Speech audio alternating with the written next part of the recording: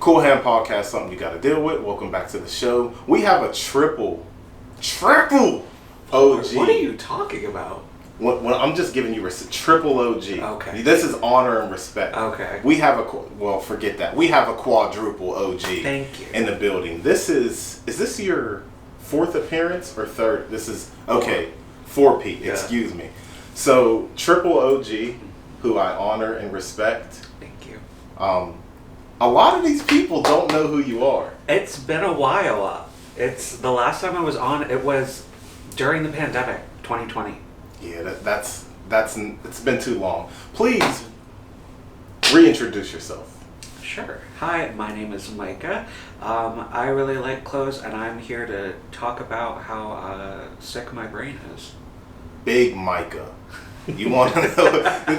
He's being real humble talking about I like clothes. This is big fashion, big curator, because he curates these outfits. Yeah. You know what I'm talking about? And he's been on the podcast more than anybody. I think. Oh my God, really? Yeah, four guest appearances is more than anybody. I don't even think Crowded Places. I was gonna say, on. does Crowded Places not have more than me? I don't think so. More than me too. Yeah, so. That's crazy.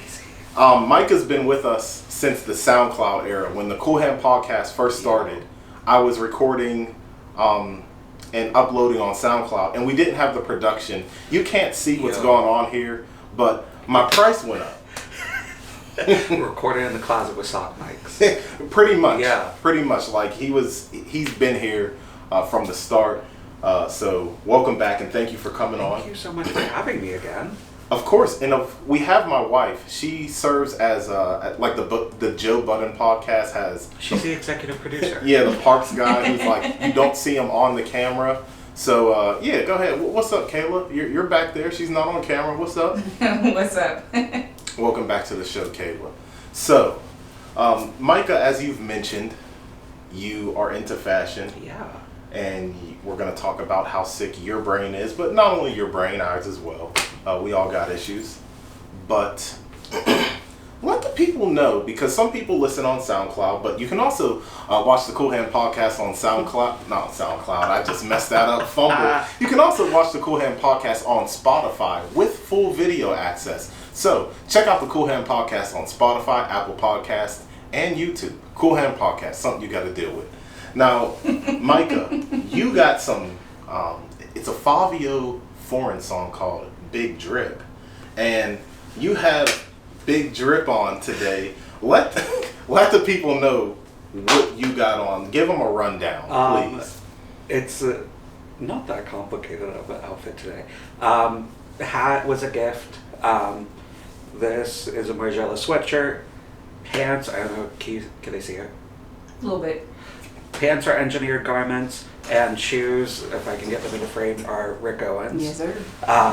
And wore a watch that was also a gift, vintage Versace. That was very nicely gifted to me. Shout out to Micah. Whoever gifted him his stuff, shout out to y'all too. Yes. So Micah knows what he's doing, and it's funny, I was thinking about in anticipation for this podcast with your fashion game and how you're into clothing in the fashion industry. I remember when you graduated high school. Oh my God, yeah. Did you have a job at the time? Yeah. Okay. So when you're in high school, you're just starting to get your money. Mm-hmm. So I watched you go from like, and this is with all due respect, the Urban Outfitters, ASOS, H&M drip to the king. Big drip. To the king that we have before us today. So, so all of that. And welcome back. Now, one of the things that we decided to talk about today was the topic of mental health. And on our very first episode together, I believe it was the first one you were on, I'm like, I was critical of mental health as at the time, I felt it was a fad in music. Like the, super sad gang, depressed, I got anxiety, all these young kids were killing themselves, popping Xanax, and doing that stuff, not killing themselves suicide, but killing themselves by abusing drugs. Yeah.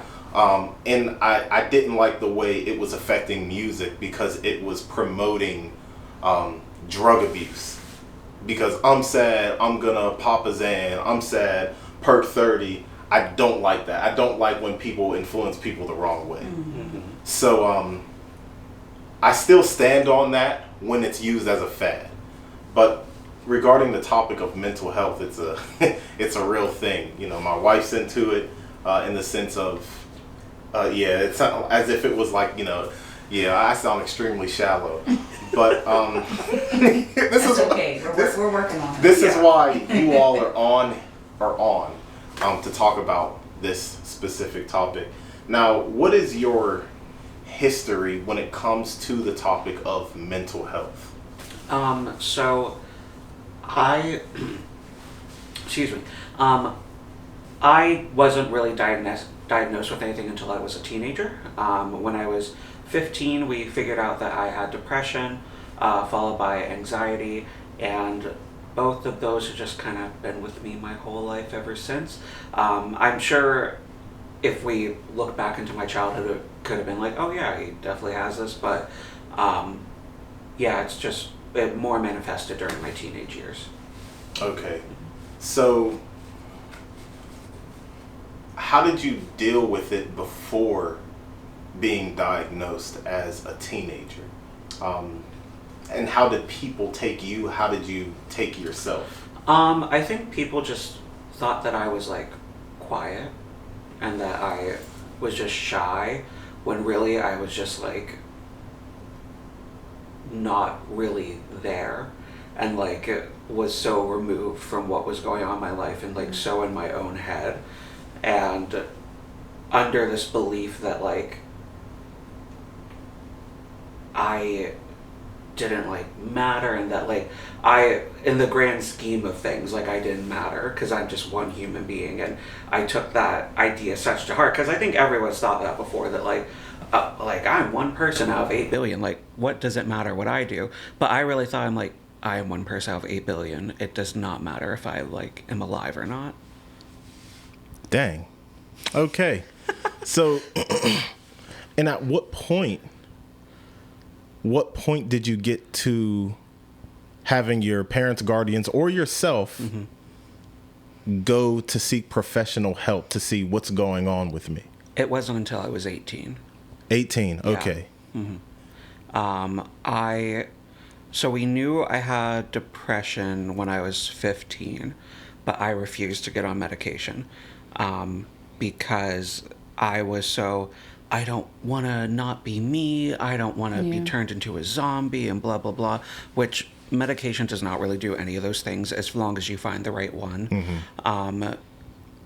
And I was just like, I don't want those chemicals in my body and blah, blah, blah, blah, blah. And it took me such a long time. I kind of have these epiphanies every 3 to 5 years, I think, of like, oh no, I do need to do this to get better. So when I was 18, I finally decided, I'm like, okay, I am going to get on an antidepressant because like I need something, because like this isn't normal, the way that you think and the way that you're living life right now. I just want to throw in the tidbit for I know there's a stigma around medication, and as somebody in the medical field, I got a chance to work at a doctor's office a few years ago, and I can say this, and I'm just speaking not as a fact, but I came to this conclusion: everybody's on an antidepressant. It's not like everybody. Yeah. We refilled so much Prozac, duloxetine, fluoxetine, sertraline, people taking lorazepam or alprazolam for anxiety. All of these things, it is not uncommon. Nope. Everyday people are taking antidepressants, and that kind of gives you the state that the world's in. But were you gonna say something? Yeah, I was just thinking to what you said about how you didn't want to not be yourself or to feel like a zombie. I feel like a lot of people think that, they're like, no, I don't want to have to become dependent on this and to be somebody that I'm not.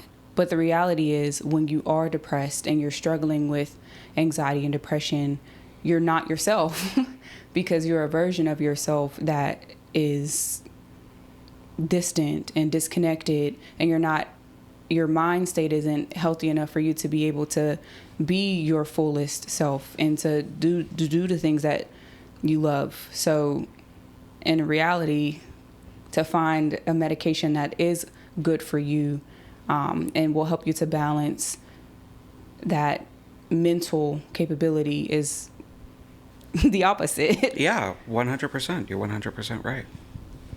So, in your journey, because it's not, I don't think that being diagnosed with something is, okay, you just have this. I feel like mental health issues are complex. Yes. Like, all of them are complex. Yes. If you will, can you describe what life is like for Micah every day inside of your head? Yeah, I can try to. Right now, I will say I'm in a very good place mentally in my life that I haven't been in years, probably. Thank you.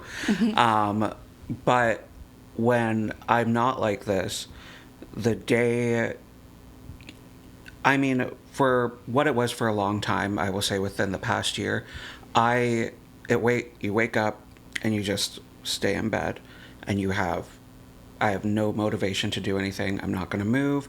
If it's my day off, I'm not going to literally get up to brush my teeth, to like change my clothes. Maybe I'll do that day at some point. I don't leave the house. I just order delivery. I don't leave the house unless I absolutely had to. And I might have energy to do one thing that day, and that one thing usually was going to work, which I could kind of pull myself together to do when I had to. But if I couldn't, my parents, of course, could see this about me and would do what they could, but was so in my head that of like, you don't get it, or you can't understand this. And I think everyone can understand to a certain extent, but the thing with depression is it's different for every single person that has it. Yeah. There can be very close similarities between two people, but their experiences with it are going to be very, very different from each other, because it can stem from different places where mine might not be from where yours started, or whatever caused Kayla's, not saying you have it, but whatever may cause Kayla's didn't cause mine. So it's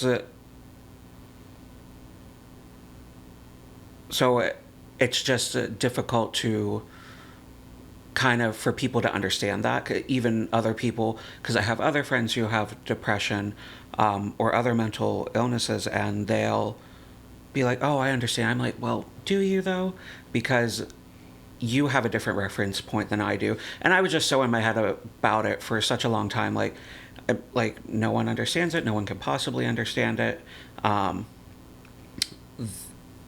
I would like not speak to friends for days or weeks on end. I would not I wouldn't go out with anybody. I wouldn't and I love going out to dinner. I used to love to go to the movies or things like that, or museums. I didn't do any of that. I used to love photography. I stopped taking pictures. My life was just very bleak, and I just lived in my bedroom, or if I ventured out into the house, I would, but I didn't go anywhere, do anything. It's not fun when you're like that. Mm-hmm. Now, you don't have to name them, yeah, if there are any, because one thing, everybody on this show, I always say, I don't want your ops to know, all your weaknesses or things to tick you off. But are there certain triggers, for example, you're in a good place right now. Mm-hmm. Are there is there something that can trigger you to, in a sense, spiral back and revert to kind of being a recluse? Absolutely. I mean, it can vary, but I think one of the more like reoccurring factors is this is no offense to you guys, but happy couples. Because I'm single, for the viewers at home and listeners. Y'all heard that. I got you. My DMs are not open.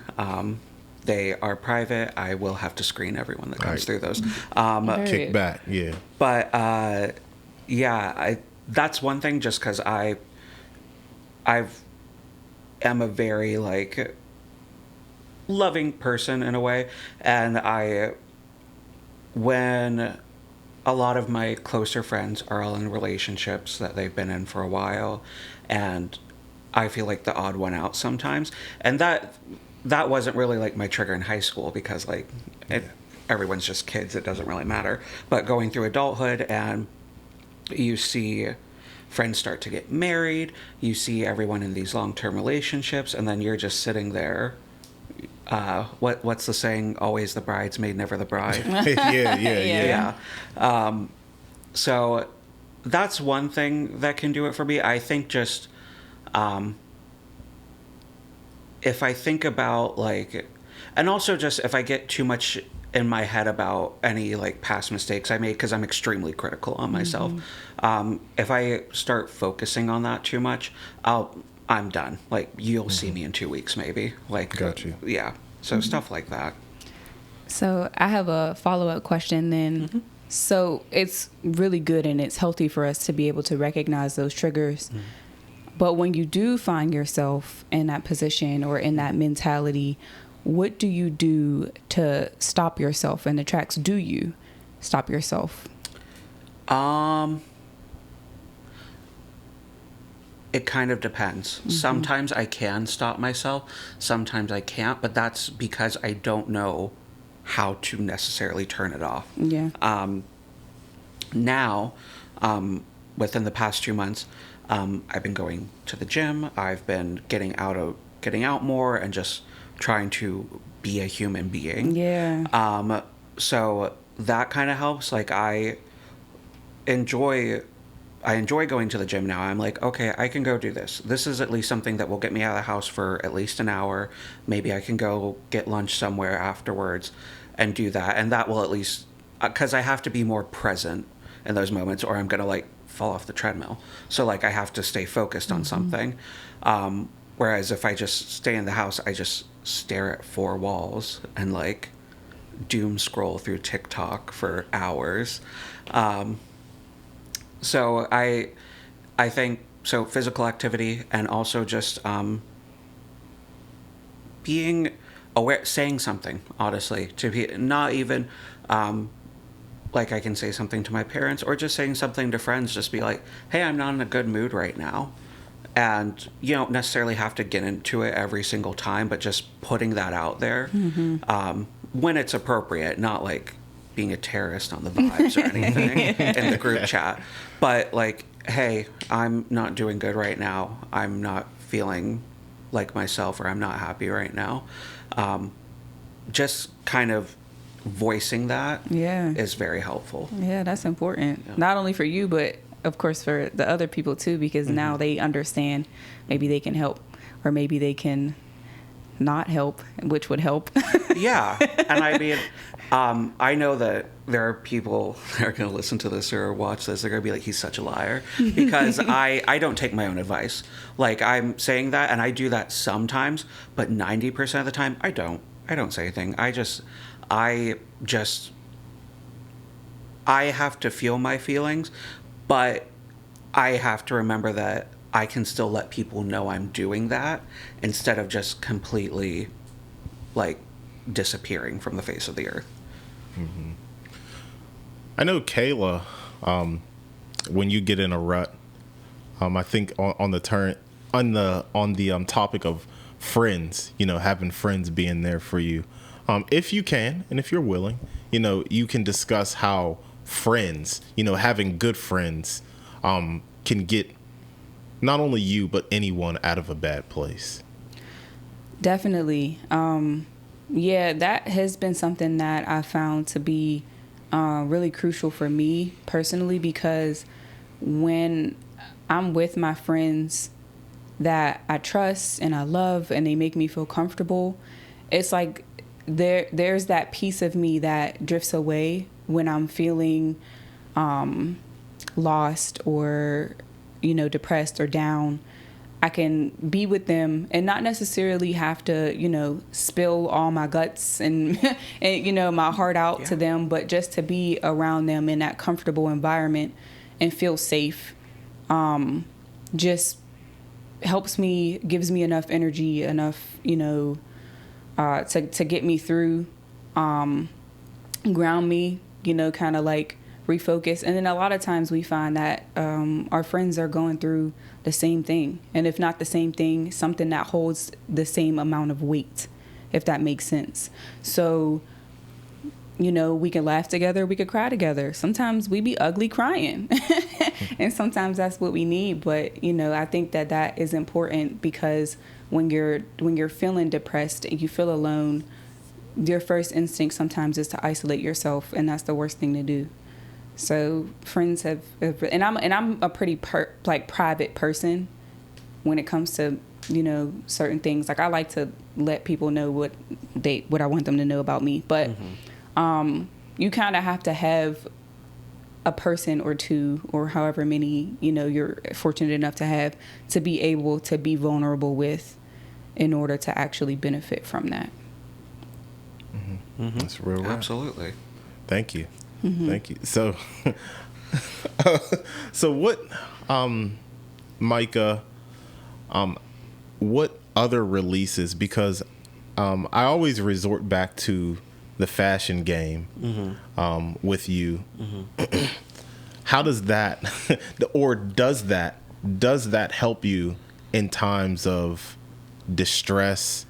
Outside of your friends, if you're going through something, is it something that you kind of like, create and come up with stuff? Yes and no, because I'm just always going to look good regardless of my mood. If I have to go out in public, my mentality has always been dressed like the paparazzi's watching you. So if you see me in the grocery store, if you see me just out and about, I have it on. I might look like I'm kind of homeless, but it's with intent. But other times, yes, it is helpful for me. Even if I'm not like going through my closet necessarily, sometimes just looking at like some of my favorite fashion shows throughout the years, and just getting inspiration from that, and going on Pinterest. I love Pinterest. I really do. And just seeing things that just make my brain happy, like things like that. And I'll go on maybe like Essence or something, great online boutique, and just look at how they've like styled the models. Because a lot of people make jokes about it, but I love how they style the models, even if they look completely insane. But I'm like, that's such a fun way to dress. I like fashion because for a long time I was I still am, but for different reasons, I was very insecure. I've always been a bigger person. And one day I just said, I want to start dressing nicer. And so it was bit by bit. And like you said, you've watched me grow over the years. I did wear Urban Outfitters to my graduation party. But I thought like H&M was the pinnacle of fashion. And then I discovered Urban Outfitters. And then I discovered like Gucci and Saint Laurent, and then I discovered more niche stuff. And so I think having a creative outlet like that is very helpful, because you can really dive into it, and there's so much there in any area of the art world. There's so much that you can dig into and so much history that you can dig into that you'll always have something to that can take your attention in a good way. Yeah. Micah, he every year he took his game up to another level. And now y'all don't follow this cat on Instagram. I follow him on Instagram. He puts that stuff on. Real rap. He puts it on. He puts it, like he said, like he's wearing it. He's wearing it. Yeah. So also in the same line of fashion, let's keep it on a high note with the fashion stuff. And now this is going to sound real foreign to me. Okay. And we probably touched on this in our past interviews and discussions, but let's talk about some of these designers that bring you joy. Sure. Who are some of your favorites? Rick Owens is one of my favorites. John Galliano is one of my favorites. Rest in peace to Virgil Abloh. He will forever be one of my favorites. Trying to think who else. Ray Kawakubo of Comme des Garçons. She's a genius. She's been doing this since the late 70s, early 80s, and is just legendary. Creates amazing clothes. And there are a lot of cool new young designers too, that I can't remember all the names right now, but I kind of said some of the bigger names that really bring me joy, and I enjoy seeing them create new stuff every season. Alessandro Michele from formerly of Gucci, who he was one of the biggest reasons why I got into higher fashion, because he started working for Gucci around 2015, and his designs were like cooler than anything I had seen at the time. And that's when Gucci was super big. And I was like, oh, wow, fashion can be fun. And it doesn't have to be like super duper serious. And it could be colorful. And like, it was romantic in the way. And I grew up in a house where my parents were always watching old black and white movies. So the fashion that I would see is like always men in suits and the women in the most like over the top beautiful gowns. And so there was a certain like just kind of magic to it in a way. Also, I also want to say Jeremy Scott. I love Jeremy Scott. Jeremy Scott. Yeah. Haven't heard that name in a while. He's still amazing. I love him. Yeah, I remember he was like real trendy at a certain time, which is why I don't hear his name a lot, because the trend in music, it came and went. In the fashion world, I'm sure it didn't go anywhere. Yeah. How do you feel about it seems like in the culture, there's always a select brand. How do you feel about some of these brands that let's say, for example, and you all know where I'm going with this. You don't have to be in fashion. Amiri, that's all you hear. Oh. And I remember seeing somebody on the gram saying like Amiri has always been and still is trash, and he like referenced an old Amiri runway show. Sure. And I don't know from what year, but I can tell it was older. Yeah. So there's some of these brands that just become trendy out of nowhere. Like I know, like, you know, these rappers love Balenciaga. They love wearing Rick as well. Yeah. So how do you feel about the fashion, because you're actually in it? Yeah. Like you appreciate it as an art form.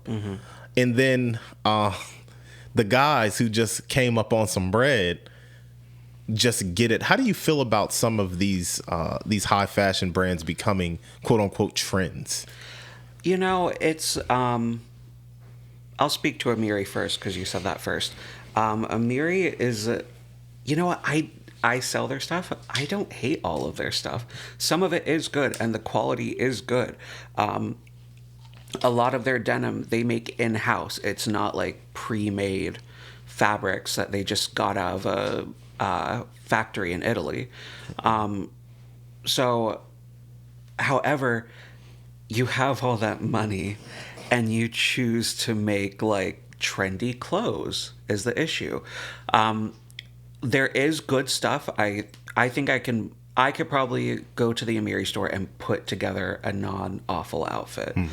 But most of their stuff is not good. It is trendy, and it's going to go on sale at the end of the season, and you'll be able to get it for 50% off, which means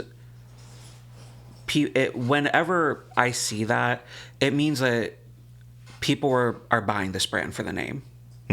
They're not buying it because they actually care about the designer or care about the thought that goes into this. They're buying it for the name. They're buying it for the design. They want to look cool now. They don't care about it. They don't care how it's going to look in 10 years.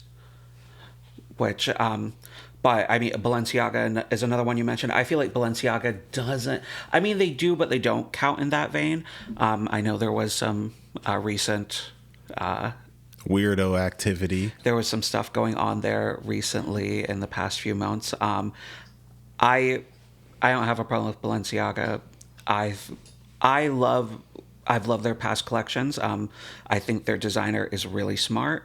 I think it's also kind of a social experiment, because the whole kind of ethos of that might not be the right word, but I'm going to use it.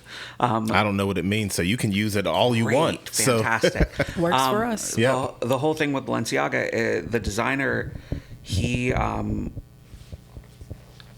of was making a joke with it to start with. Like, I can make the stupidest clothes and I can charge a ridiculous price and I guarantee it's going to sell out. And it happened year after year after year. And people, the funny part is that, like, the people that were buying it didn't get the joke. And so he would make, like, some beautiful, beautiful stuff. But then it would be the $500 t-shirt that would sell out. And it was like, do you not see what he's doing here? And and the rappers are the ones that bought the $500 t-shirt, not the incredible tailoring that he might have made. But sometimes for some brands, you have to have the t-shirt in order to fund everything else that you sell. Yeah. So, like Amiri, for example, I'll go back to them again. They have to sell the ugly stuff in order for the designer to make this fun stuff. One of the things that can contribute to you feeling a little bit better, like you said, you're always going to put it on and you're going to be clean everywhere you go. Yeah. Another thing in talking about stresses and getting out of them, you talked about some insecurities for this reason or that reason.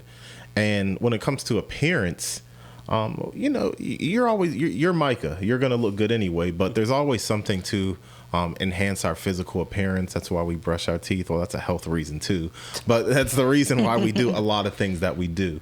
Yeah. And another topic that I wanted to speak on, which is unique to me, is skincare. Yeah. Because when you talk about putting something on, I wash my face.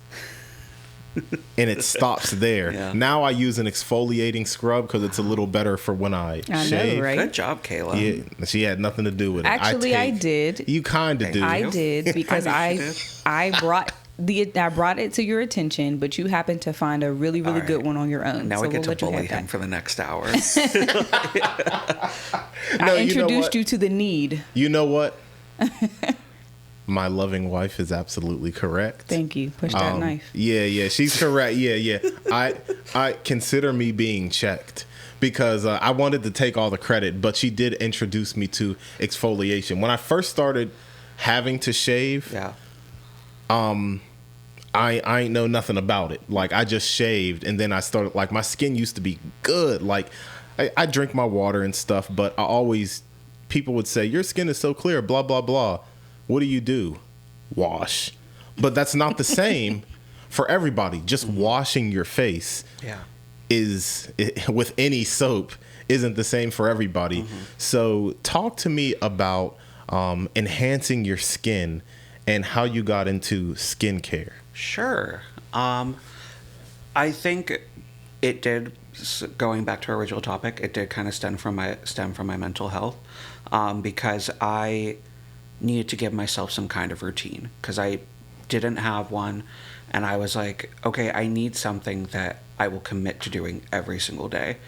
And I was like, what do you like doing? And I had always liked, it sounds funny, but like the get ready with me videos and like seeing like, but I was like, those were like calming to me. Mm-hmm. So I was like, and I've liked skincare over the years where I would do like face masks or something. I would go to like Lush and get those face masks or like from Target or whatever. Mm-hmm. And I was like, okay, because I had tried doing it before in the past, but it never really stuck or I didn't really see results. So that's a big thing for me. If I don't see results, I'll just like give up within like seconds. But I was like, okay, no, you have to stick with this. You have to do it every day or as most days as you can. And so I just started. I'm a big researcher before I buy anything. So I like looked up every YouTube video, every review, every like little thing that I could find on a product before I bought it. I was like, let me make sure I find the very best one, and that's the one I'm gonna get. Mm-hmm. So I didn't want to make it too complicated. I wanted to be like, all right, I'm like, what do I need? I need a moisturizer, I need a cleanser, I need a sunscreen, and an exfoliator. For a bare minimum of a skincare routine, that is what you need. You can add in other things here and there as you want to, but for a bare minimum, man or woman, that is what you need. Mm-hmm. Yeah. Okay. Now, as you were speaking, I was checking you out. I don't notice, like, because I can clearly see you can grow a full beard if you wanted to. I can. It's the bane of my existence. You can see it, and what I don't see is a bunch of bumps, like my stuff. Let me tell you, smooth, honey, smooth. Let me tell you about the journey to get there, because for most of my teenage years, for most of my adult life, up to I would say last year, I had severe razor burn and ingrowns all over my neck, and I still sometimes get them on my face, but not as badly as I used to. And it took, you have to find the right razor if you're a guy, if you're someone who has to shave, like find the right razor. I use an electric one now, which made a ton of difference.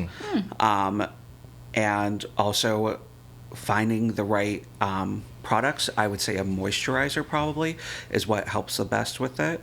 Finding the right one that suits your skin, which is always like, I like trying new stuff when it comes to skincare. So it can be a trial and error process when you're first starting out. Like, okay, this didn't work for me. This does work for me. Are these two products not working well together? Which one do I switch out? It's kind of a little bit like a puzzle sometimes, but it's... that did not come overnight. That took many years of suffering. Yeah. Okay.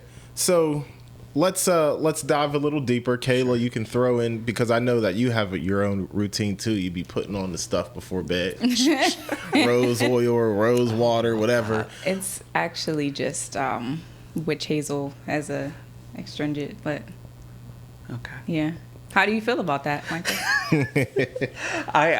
Witch hazel can be good. I don't feel like it's the best thing for skin, just because it's extremely drying. But if you do need that, then use it. If it works for you, use it. That's the biggest thing.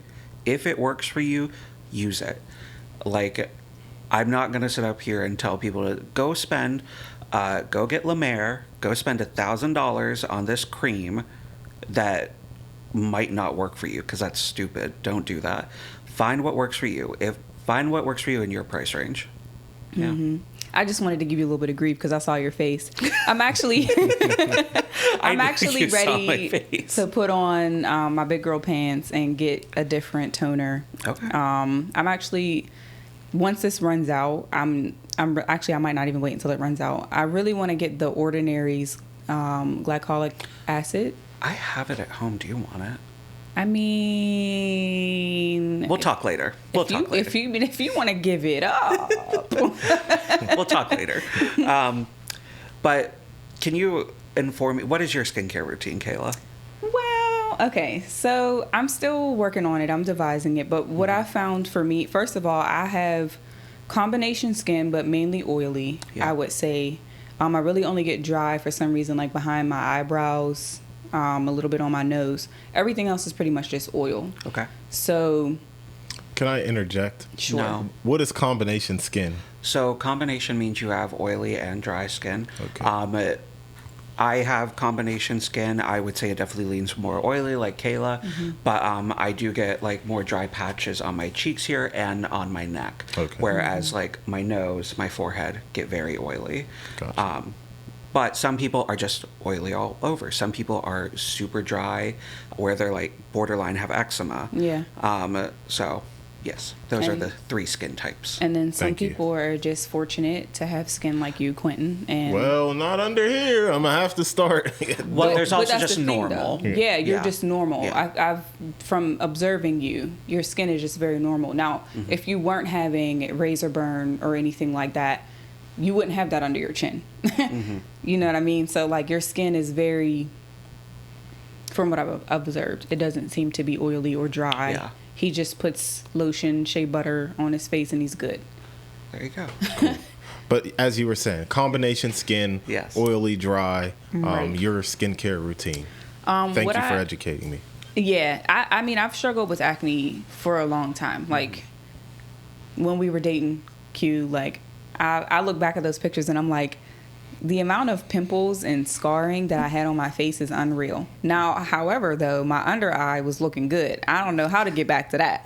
But anyway, what I found works best for me is, I'm going to be honest with you, I completely dry my skin out and then I Okay. completely drench it. So I Okay. do, I want to get like an oil cleanser for whenever I wear makeup, but when I'm not wearing makeup, I just do the salicylic, I think, is that how you pronounce Salicylic acid. that? I Yeah. always say it wrong. No, you got it right. That cleanser from CeraVe. Okay. Yeah. I yeah, love yeah. that. Yeah. That does wonders for me. And then after that, sometimes actually I have if I don't use that, because I can't use that every day. If I don't use that, I have a argan oil like face cleanser. Oh, okay. It's just generic that I got from Marshalls, but it's really doing its thing. Good. And that's very light. And then after that, sometimes I like to do the niacinamide and zinc from The Ordinary. Okay. Yep. Yep. And yep. that will also exfoliate as a chemical exfoliant that I like to use. And that really, I mean, it softens my skin. It evens my skin tone so beautifully. And then I have this like Nivea moisturizer. I put that on. I do have sunscreen, which actually is a new development for me. It's a new development I for me. was like waiting. I'm like, where's the sunscreen? Where it's is a it? new development. I'm Okay. telling you, I've for so long. I'm talking about last week, Micah. Last week I was Googling because I'm like, why do I look like I'm dying? Like my under eye bags and dark circles are so disrespectful. And I find the one thing that I'm doing everything. I'm moisturizing them. I'm doing all this stuff, but I'm not protecting them from the sun. Yeah.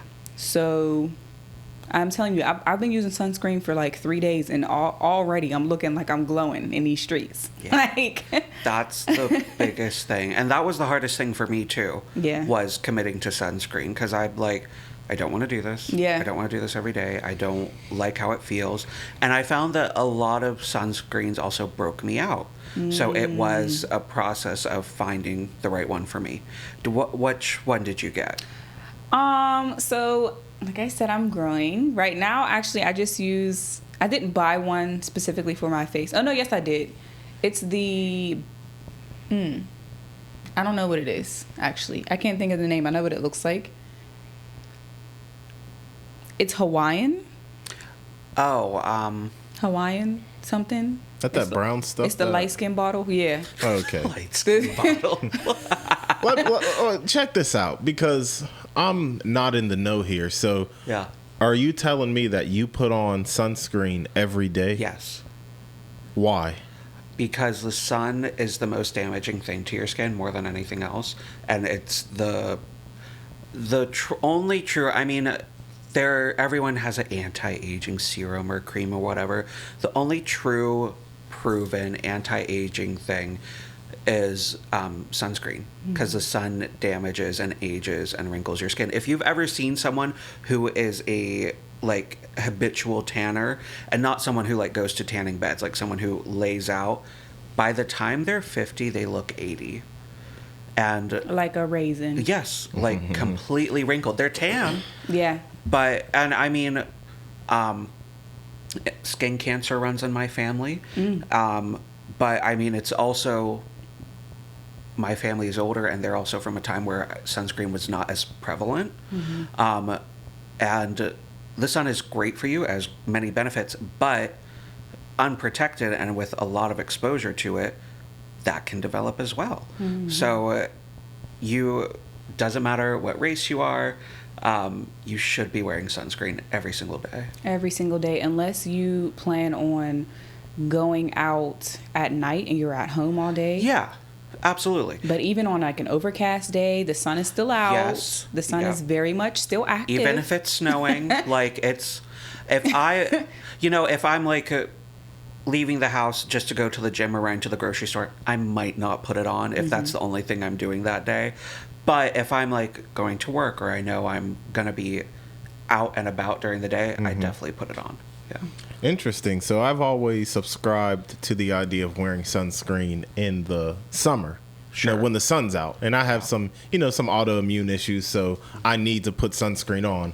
But I do that when it's hot out. Yeah. Like when not right now, like not in the winter time. So I'm learning.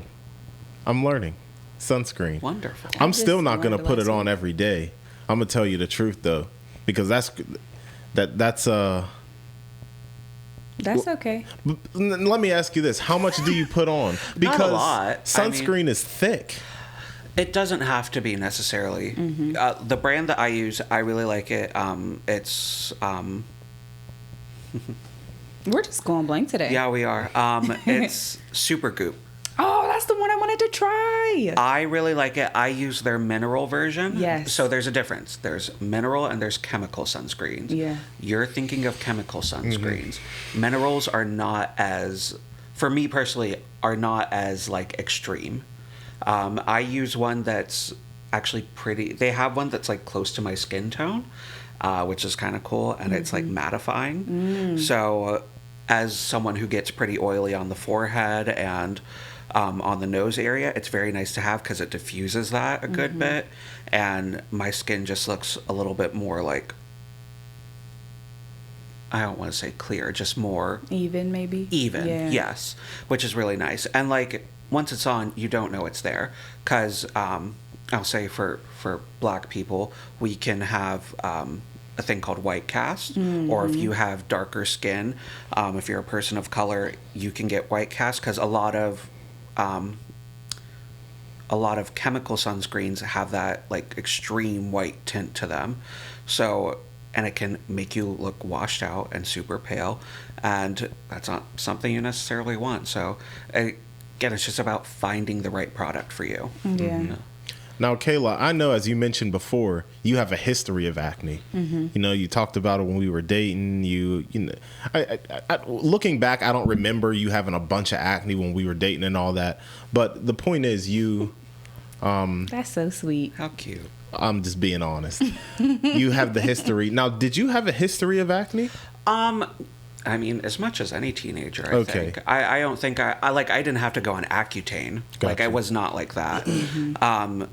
I mean, but also, like, I haven't, again, I've been big my whole life, so I, like, obviously have not eaten that well for most of my life, which is a big part. Diet is a big part of skin as well. I mean, I did drink a lot of water, but, like, again, I'm not putting the best stuff into my body, so that's going to cause acne. That's going, and just, you know, hormones and whatever during that time period. But, I mean, even as an adult, it was never extreme. It was here and there, and I hold myself under a microscope, so I, like, see every little thing.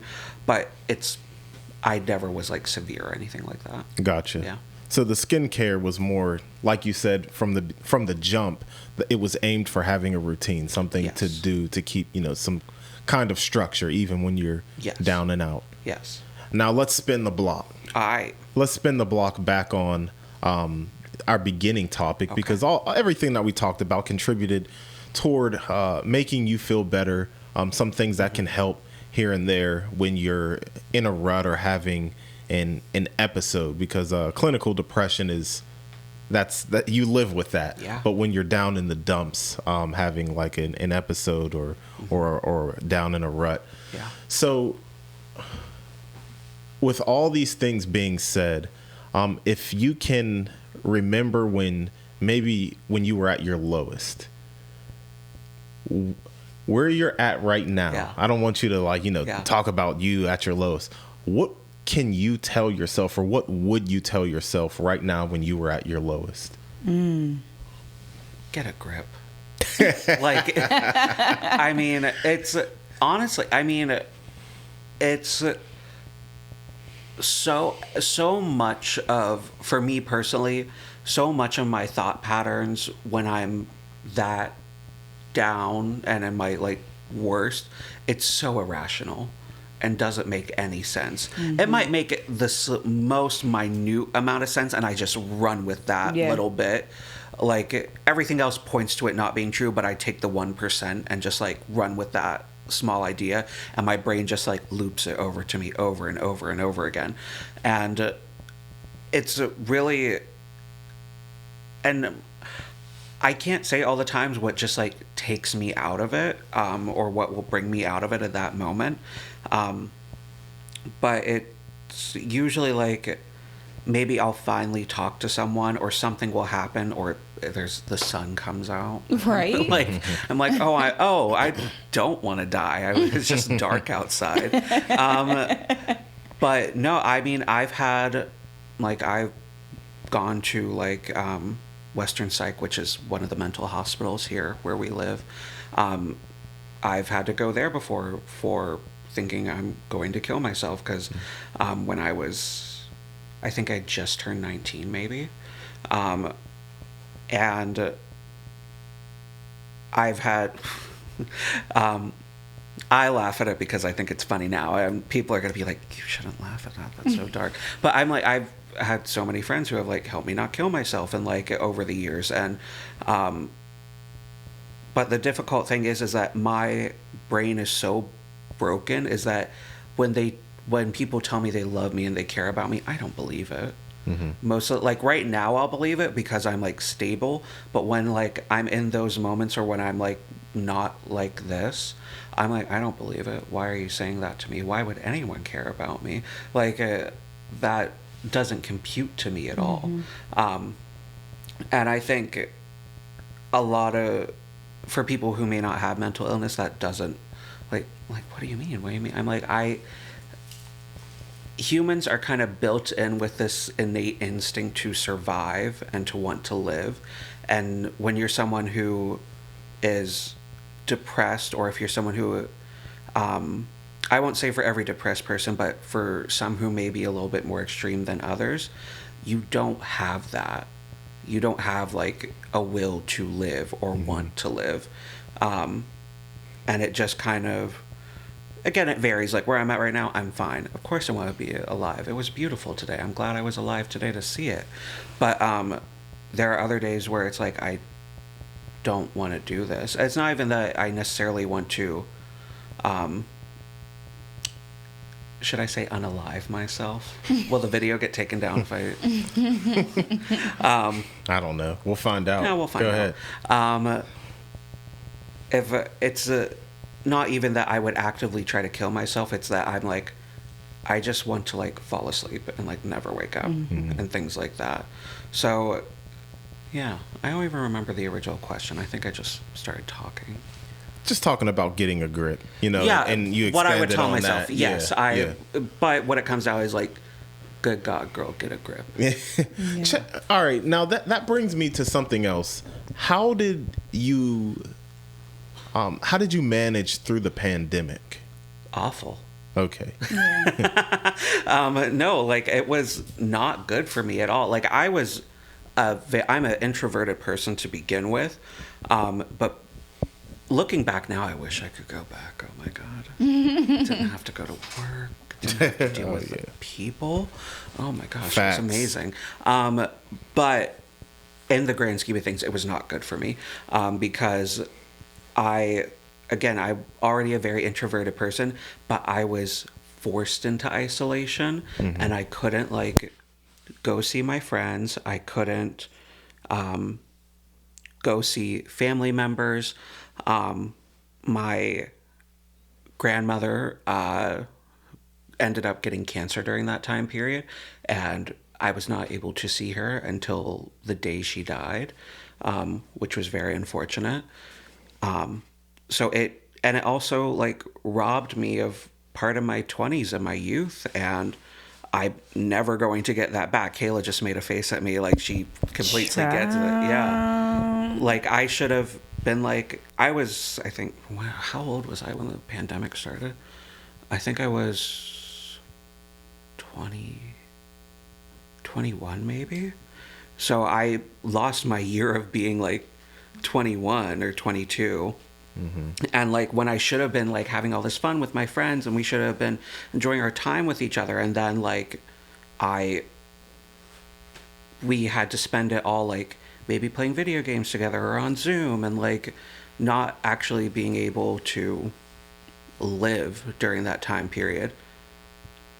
Yeah, I was just wondering. I didn't think about that, and I remember you were one of the few people that I knew who ended up catching COVID around that time. 3 times. Oh, you had it 3 times? I've had it 3 times. I was only aware of the one time. I've had it. Not all during 2020. I caught it the first time in 2021, second time, and then was it twice? Yeah, twice in 2022. Jeez, he's a soldier.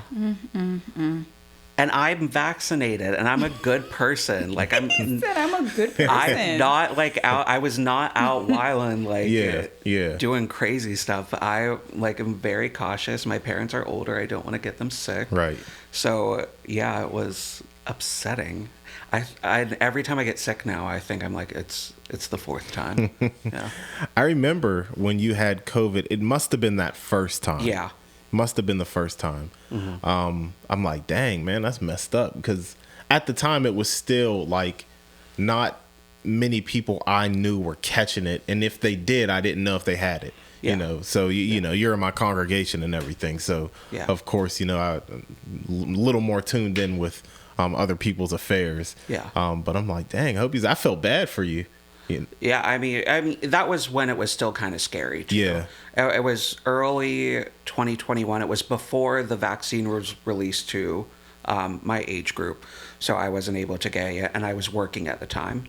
I was working for BMW, and you're getting in and out of cars with strangers all day. Yeah. Most of them don't want to wear a mask, and we weren't allowed to enforce it. And then you're around these people, the same people every day, your coworkers. So like you start to get comfortable around them, but like you don't know what they're doing. Yeah. So, I'm sure I got it from sitting in a car with someone who had it, but. Right. I guess in that case, it's like making the sale. Like we're not here to enforce rules if they don't want to. Exactly. Buy this car. Yeah. Get your commission. Get us our money. Yeah. And get on. Yeah. So I got you. Okay. Well, Micah, any last words? Oh wow, we're wrapping up. Okay, sure. we can keep going. These 2 cameras. Yeah, the battery's low. Are gonna die. Okay. Any last words? Well, let me say this. Let me cut you off because Sure. No, because I didn't give you your props. I didn't give you your kudos for opening up because I don't think this is an easy thing to talk about.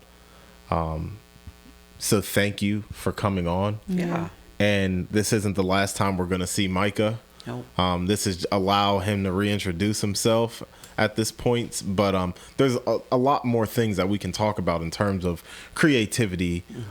You're in the art scene. Like this is art. This is art. But so thank you for coming on. Thank you for coming back on. Thank you for being a recurring guest. Thank you for having me. It's so nice to be back. Always. It's been overdue. But yeah, any last words, any shout outs, any sneak disses, I always offer the opportunity to diss the ops. So do your thing. Who are my ops? Crowded Places is kind of my op. No, he didn't. Just because he likes to claim that Beyonce can't sing. Ooh. Well. Oh yeah, he might get Renaissance tickets. Oh yeah, before we camera, where's my camera? Before Is this camera on me? Yeah. Right before we started recording the podcast, I got the confirmation email from Ticketmaster that I am pre-approved to buy tickets. So they might let me. I might get tickets. I might not. But at least I got the email. Oh, he got money. No, I don't. On our next episode, we're talking music because we can talk music. We'll chop it up on a topic to speak on because Beyonce can sing, and I'm not the biggest. Thank you. And I'm not even like. Thank you. I am not no fan, stan, Beehive member. None of that. Beyonce can sing. Like I'm not the biggest Beyonce fan, but I'm not gonna discredit her work and her talent. Yeah. What's that thing that these people were doing? The Beyonce challenge. Yeah. Now let's just say this chick was let's just say it was lip syncing, as most singers do. Ooh. You can't be moving around the stage all like that and singing at the same time perfectly. So let's just say it was lip syncing, right? And she pre-recorded it. Let's say this because I'm about to go in on him. Let him go. Let's just say it was lip syncing. All these people and celebrities who were doing their thing were still unable to match what she was able to do. So that's not a great excuse for, she didn't do this, she didn't do that. Beyonce could sing, and I think it's disrespectful to discredit somebody for what you think they can't do. That's real rap. Like the way I'm talking sounds like I'm like a big Beyonce fan. I'm not, but she could sing. Like that's just, you know what I mean? It's. I derailed this podcast so I can quickly. tell he's very passionate about this. No, that's messed up. Like I said, the way I'm talking is as if I'm like some big Beyonce fan, and I'm not. No, but to thank say you for just being a person with brain cells. Besides my smoke for that, besides my big smoke for that, big smoke. Let's see, anything else I have to shout out? You can follow me on Instagram, and you can see me post my little outfit sometimes. My Instagram is its_MICAH_97. It's Micah97. Can you do a little like key in of like my... Absolutely. Thank you. Right here. You can follow me there. Say what's up. I am single and very alone. Well... Date me. Hold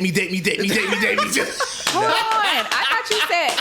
I thought you said your DMs was closed. I just said that because I have to look through all the messages. Like I'll still see it. I have to approve everyone. So just know everyone. It's pre-orders. Yeah. Okay. Just like know that you have to be pre-approved. I see. Yeah. So we'll see about that. And I'm trying to think if there's anything else that I should say. I work at a clothing store. I can style you. I work at Nordstrom. If you're in the Pittsburgh area, I'm at the Ross Park Mall. And come see me. I'll help you get right. Wear what you like. And I promise everything is not as bad as you think it is. I think that's all I have to say. Thank you. Thank you. This is the Cool Hand Podcast, something you got to deal with. Mike has really been in the building. Just full disclosure, disclaimer. This is not a dating show. All of the jokes are jokes. All of the DM things are jokes. Because I throw that out on other episodes like, oh, you single, woo, woo, woo. Take that with a grain of salt, people. This is the Cool Hand Podcast, something you got to deal with. Mike in the building. Kayla in the building. The queen. And we're out of here. All right. Bye. Easy.